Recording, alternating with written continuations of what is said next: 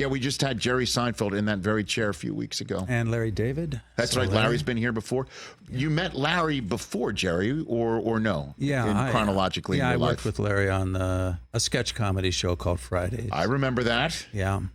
And there's also a moment in this book that you recount quite a bit from Fridays with Andy Kaufman. That's indeed, when Andy and I came up with that, the breakout sketch, no one will know, live on television. Yeah, that was an event for sure. So just jumping into that right here. So you came up with Andy Kaufman coming up with a skit where he refuses to say his lines. Is that what you're saying? Yeah. He's going to not say his lines. I knew he was going to go out. I didn't know where, but he was going to break out of the sketch. Yeah. So you went into this knowing he was going to have a sketch, and you just didn't know when he was going to stop doing it. I just didn't know when he was going to do it.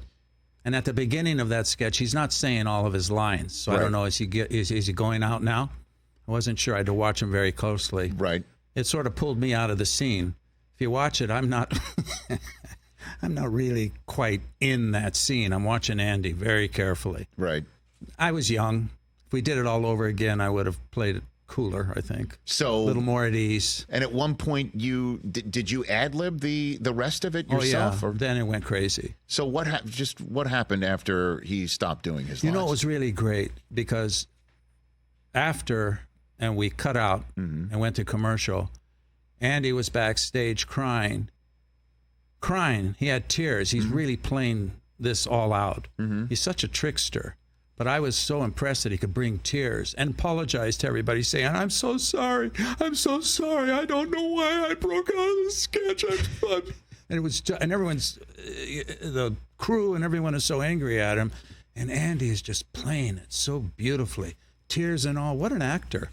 What a fine actor. So you're saying you come up with this bit or skit where he plays a guy who's playing himself, who purposefully refuses to read his lines, then you would bust out the cue cards and bring it to him? Yeah, I threw the cue cards in front of him. Now, the rest of the cast didn't know what this was happening, of course. They're in the sketch trying to do this live in front of the country, you know.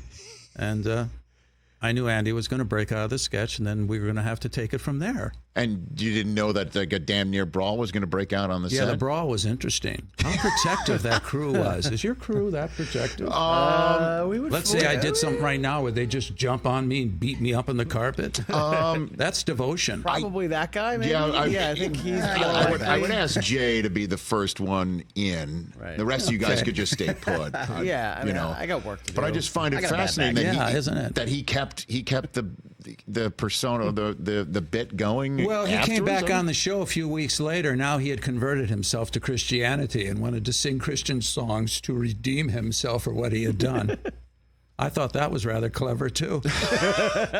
Wow. Yeah, that's commitment to this whole comedic persona that is indeed Andy Kaufman. Well, catch the Rich Eisen Show every single day on the Roku channel, 12 to 3 Eastern, for free.